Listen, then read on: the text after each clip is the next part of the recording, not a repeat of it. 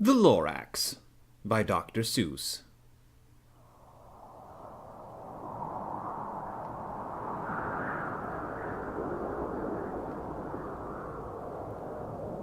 At the far end of town, where the grickle grass grows, and the wind smells slow and sour when it blows, and no birds ever sing there excepting old crows, is the street of the lifted Lorax. And deep in the grickle grass, some people say, if you look deep enough, you can still see today where the Lorax once stood, just as long as it could, until somebody lifted the Lorax away. What was the Lorax, and why was it there? And why was it lifted and taken somewhere from the far end of town where the grickle grass grows?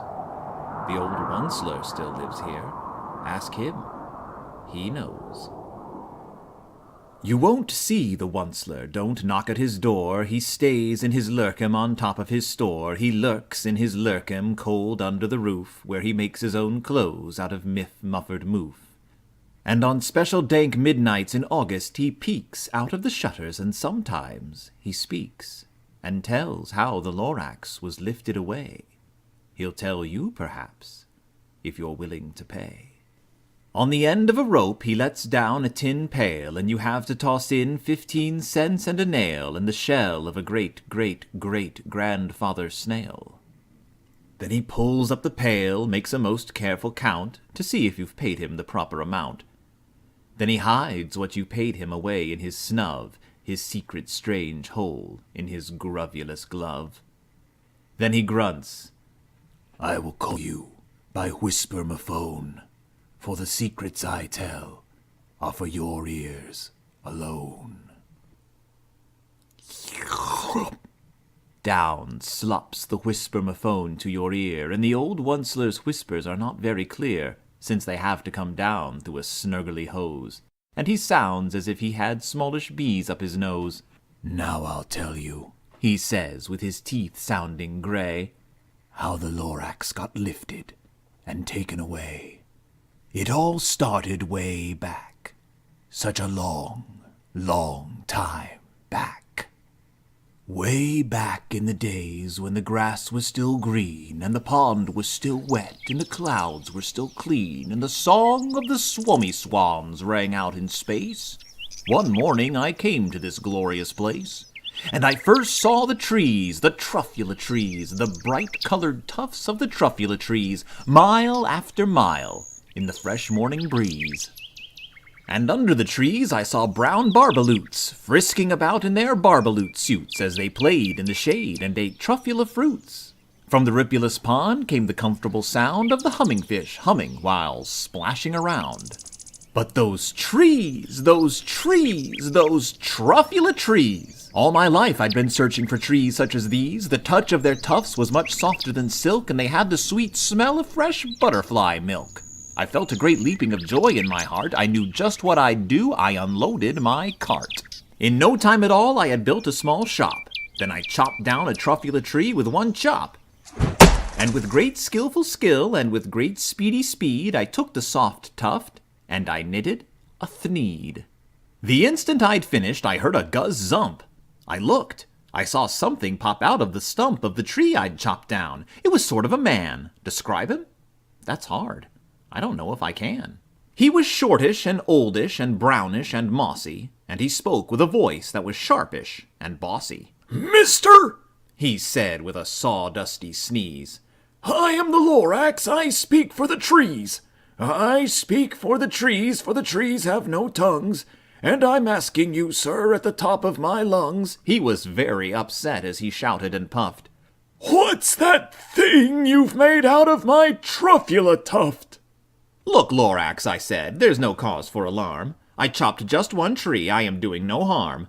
I'm being quite useful. This thing is a thneed. A thneed's a fine something that all people need. It's a shirt, it's a sock, it's a glove, it's a hat, but it has other uses, yes, far beyond that. You can use it for carpets, for pillows, for sheets, or curtains, or covers for bicycle seats. The Lorax said, Sir, you are crazy with greed. There's no one on earth who would buy that fool thneed. But the very next minute I proved he was wrong, for just at that minute a chap came along, and he thought that the Thneed I had knitted was great. He happily bought it for $3.98. I laughed at the Lorax. You poor stupid guy. You never can tell what some people will buy. I repeat, cried the Lorax, I speak for the trees. I'm busy, I told him. Shut up if you please. I rushed across the room and in no time at all built a radio phone and I put in a call. I called all my brothers and uncles and aunts and I said, listen here, here's a wonderful chance for the whole Onceler family to get mighty rich. Get over here fast, take the road to North Nitch, turn left at Weehawken, sharp right at South Stitch. And in no time at all, in the factory I built, the whole Onceler family was working full tilt. We were all knitting Thneeds, just as busy as bees, to the sound of the chopping of truffula trees. Then, oh, baby, oh, how my business did grow. Now, chopping one tree at a time was too slow, so I quickly invented my super axe hacker, which whacked off 4 truffula trees at one smacker. We were making Thneeds 4 times as fast as before, and that Lorax? He didn't show up anymore. But the next week he knocked on my new office door. He snapped, I'm the Lorax who speaks for the trees, which you seem to be chopping as fast as you please. But I'm also in charge of the brown Barbaloots, who played in the shade in their Barbaloot suits and happily lived eating truffula fruits. Now, thanks to your hacking my trees to the ground, there's not enough truffula fruit to go round. And my poor Barbaloots are all getting the crummies because they have gas and no food in their tummies. They loved living here, but I can't let them stay. They'll have to find food, and I hope that they may. Good luck, boys, he cried, and he sent them away. I, the Onceler, felt sad as I watched them all go. But business is business, and business must grow, regardless of crummies in tummies, you know. I meant no harm. I most truly did not. But I had to grow bigger, so bigger I got. I biggered my factory, I biggered my roads, I biggered my wagons, I biggered the loads of the Thneeds I shipped out. I was shipping them forth to the south, to the east, to the west, to the north. I went right on biggering, selling more Thneeds, and I biggered my money, which everyone needs. Then again he came back. I was fixing some pipes when that old nuisance Lorax came back with more gripes. I am the Lorax, he coughed and he whiffed. He sneezed and he snuffled, he snargled, he sniffed. Onceler, he cried with a cruffulous croak.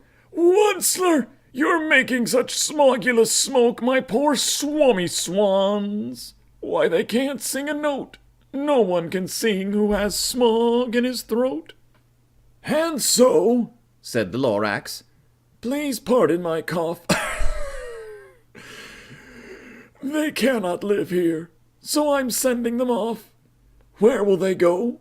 I don't hopefully know. They may have to fly for a month or a year to escape from the smog you've smogged up around here. What's more, snapped the Lorax, his dander was up, let me say a few words about Gluppity-Glup. Your machinery chugs on day and night without stop, making Gluppity-Glup, also Schloppity-Schlop. And what do you do with this leftover goo? I'll show you, you dirty old Onceler man, you. You're glumping the pond where the hummingfish hummed. No more can they hum, for their gills are all gummed. So I'm sending them off. Oh, their future is dreary. They'll walk on their fins and get woefully weary in search of some water that isn't so smeary. And then I got mad. I got terribly mad. I yelled at the Lorax, now listen here, Dad, all you do is yap yap and say bad, bad, bad, bad. Well, I have my right, sir, and I'm telling you I intend to go on doing just what I do. And for your information, you Lorax, I'm figuring on biggering and biggering and biggering and biggering, turning more truffula trees into Thneeds, which everyone needs. And at that very moment, we heard a loud whack. From outside in the fields came a sickening smack of an axe on a tree. Then we heard the tree fall. The very last truffula tree of them all. No more trees, no more Thneeds, no more work to be done. So in no time my uncles and aunts, everyone, all waved me goodbye. They jumped into my cars and drove away under the smoke-smuggered stars. Now all that was left neath the bad-smelling sky was my big empty factory, the Lorax, and I. The Lorax said nothing. just gave me a glance, just gave me a very sad, sad backward glance as he lifted himself by the seat of his pants. And I'll never forget the grim look on his face when he heisted himself and took leave of this place through a hole in the smog, without leaving a trace. And all that the Lorax left here in this mess was a small pile of rocks with the one word, unless. Whatever that meant, well, I just couldn't guess. That was long, long ago, but each day since that day, I've sat here and worried away. Through the years, while my buildings have fallen apart, I've worried about it with all of my heart. But now, says the Onceler, now that you're here, the word of the Lorax seems perfectly clear, unless someone like you cares a whole awful lot. Nothing is going to get better. It's not. So,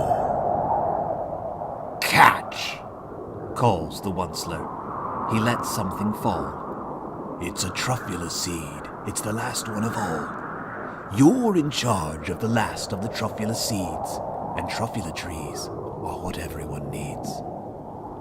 Plant a new truffula treated with care. Give it clean water and feed it fresh air. Grow a forest. Protect it from axes that hack.